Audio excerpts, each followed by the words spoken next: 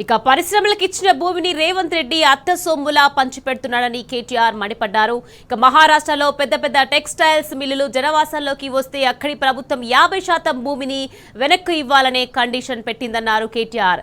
ఇక్కడ కూడా అలాంటి కండిషన్ పెట్టి భూమిని వెనక్కి తీసుకుని ఆసుపత్రులు, ఇందిరమ్మ ఇండ్లు కట్టాలని సూచించారు కేటీఆర్. ప్రభుత్వ భూమిని దోచుకోవాలని చూస్తే ఊరుకునేది లేదని హెచ్చరించారు కేటీఆర్. మహారాష్ట్రలో పెద్ద ఎత్తున టెక్స్టైల్ మిల్స్ ఉండేది, బాంబేలో కమలా మిల్స్ అని, ఫినిక్స్ మిల్స్ అని. అక్కడ ఏం చేసినారు తెలుసా? ఇట్లాగే సేమ్ థింగ్ ఊరు మధ్యలోకి వచ్చేసింది మిల్లు. ఏం చేసినారు? వాళ్ళకు ఒక ఆఫర్ ఇచ్చారు, మీరు 50% ల్యాండ్ తిరిగి ఇచ్చేయండి గవర్నమెంట్కి, 50% వాడుకోండి అని చెప్పినారు. మరి నువ్వేం చేస్తున్నావు? 9,292 ఎకరాలు నీ అత్త సొమ్ము అన్నట్టు, నీ అబ్బ సొత్తు అన్నట్టు ఇలా సంతర్పణ చేస్తున్నావు. ఎవరి సొత్తు? ఎందుకు అడుగుతలేవు? వెనుకకు సగం ఇచ్చేయమని అడుగు, డిమాండ్ పెట్టు, కట్టు. అందులో ఇందిరమ్మ ఇండ్లు కట్టు, హాస్పిటల్ కట్టు, పేదవాళ్లకు మరి బ్రహ్మాండంగా ఇల్లు కట్టి మేము వద్దంటున్నామా? శ్మశాన వాటికలకి పార్కులు కట్టు. ఇది ఏది వద్దంట. హైదరాబాద్లో ఇంచు జాగా దొరకది. చూస్తున్నాం, హైడ్రా తెల్లారు లేస్తే రాచకం. ఏది పేదవాళ్ళ మీద 40 గజాలు 30 గజాలు పోయి కులగొడతా ఉంటారు. మరి 9,292 ఎకరాలు నీ అబ్బ సొత్తా, ఏ సొత్తా? ఎట్లిస్తావు నువ్వు ప్రభుత్వ సొత్తును? ఇష్టం వచ్చినట్టు ఎవడికి పడితే వాడికి. ఈ విషయంలో వదిలిపెట్టం, ఊరుకోము.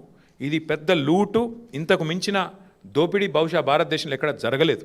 ప్రభుత్వం డైరెక్ట్గా క్యాబినెట్లో పెట్టి ఇవాళ దోచుకునే ప్రయత్నం చేస్తూ ఉంది. మేమేమో 15 రోజులు అనుమతులు పరిశ్రమలకు అందించినాం. నువ్వేం చేస్తున్నావు? 15 రోజుల్లో భూములు అమ్ముకోవడానికి, 15 రోజుల్లో ఇష్టం వచ్చిన వాడికి ఇష్టం వచ్చినట్టు అగ్రిమెంట్లు చేసుకోవడానికి, తెర వెనుక బాగోతాలు చేసుకోవడానికి, సెటిల్మెంట్లు చేసుకోవడానికి.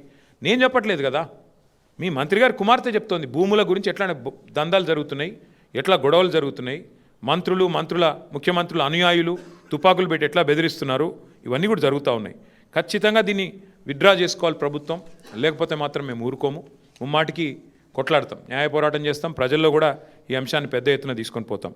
ఇంకొక మాట కూడా నేను చెప్తా ఉన్నా, పారిశ్రామికవేత్తలు ఎవరైతే ఈ భూములు పొందారో మీరు కూడా గుర్తుపెట్టుకోండి. తప్పకుండా ప్రతిరోజు ఒక రోజులాగా ఉండదు. భవిష్యత్తులో వచ్చే ప్రభుత్వాలు, డెఫినెట్గా మా ప్రభుత్వమే వస్తుంది. తప్పకుండా మీరు ఇప్పుడు ఈ విషయంలో అనవసరంగా రేవంత్ రెడ్డి కుట్రలో పడితే, ట్రాప్లో పడితే మీరు కూడా ఇబ్బందులు పాలవుతారు, ముందే చెప్తా ఉన్నాం. ఎందుకంటే ఇవాళ ఆయన సెటిల్మెంట్ల కోసం, ఆయన పైసల కోసం ఆయన దిక్కుమాలిన దందాలు చేస్తుండొచ్చు. మీరు ఈ ట్రాప్లో పడకండి. న్యాయంగా చేద్దాం. చేసేది ఉంటే 100% 200% కట్టాలా, లేదా వాపస్ 50% ప్రజలకు ఇవ్వాలా. నేను చెప్తా ఉన్నా, ఈ ప్రభుత్వం దిగిపోయినాక కూడా ముమ్మాటికి దీని మీద ఎంక్వైరీలు జరుగుతాయి, దీనిలో బాధ్యులను పట్టుకోవడం జరుగుతుంది. ఇందులో అనవసరంగా ఎవరన్నా పోతే మాత్రం చాలా ఇబ్బంది పడతారు. మళ్ళీ చెప్తున్నా, ఎస్ఆర్ఓ వాల్యూస్ ఎక్కడున్నాయి, మార్కెట్ వాల్యూస్ ఎక్కడున్నాయండి? ఎస్ఆర్ఓ వాల్యూకి మార్కెట్ వాల్యూకి పొంతన ఉందా? కనీసం 30,000 ఎస్ఆర్ఓ వాల్యూ ఉంటే 2 లక్షలు మార్కెట్ వాల్యూ ఉంది. నువ్వు ఆ 30,000లో 10,000 కడితే 2 లక్షల వాల్యూ ఉన్నా ఇచ్చేస్తా అంటున్నావు భూమిని. ఇది ఎక్కడి న్యాయం? ఇది ఎక్కడి లూటు? 100% 5 లక్షల కోట్ల ఈ భూమిలో ఖచ్చితంగా రేవంత్ రెడ్డి గారు 40-50 వేల కోట్లన్నా వెనకేసుకోవాలనేది ఆయన ఆలోచన. దీన్ని అందుకే సాగనివ్వం. ప్రధాన ప్రతిపక్ష పార్టీగా మేము ఈ అంశాన్ని లేవనెత్తుతా ఉన్నాం.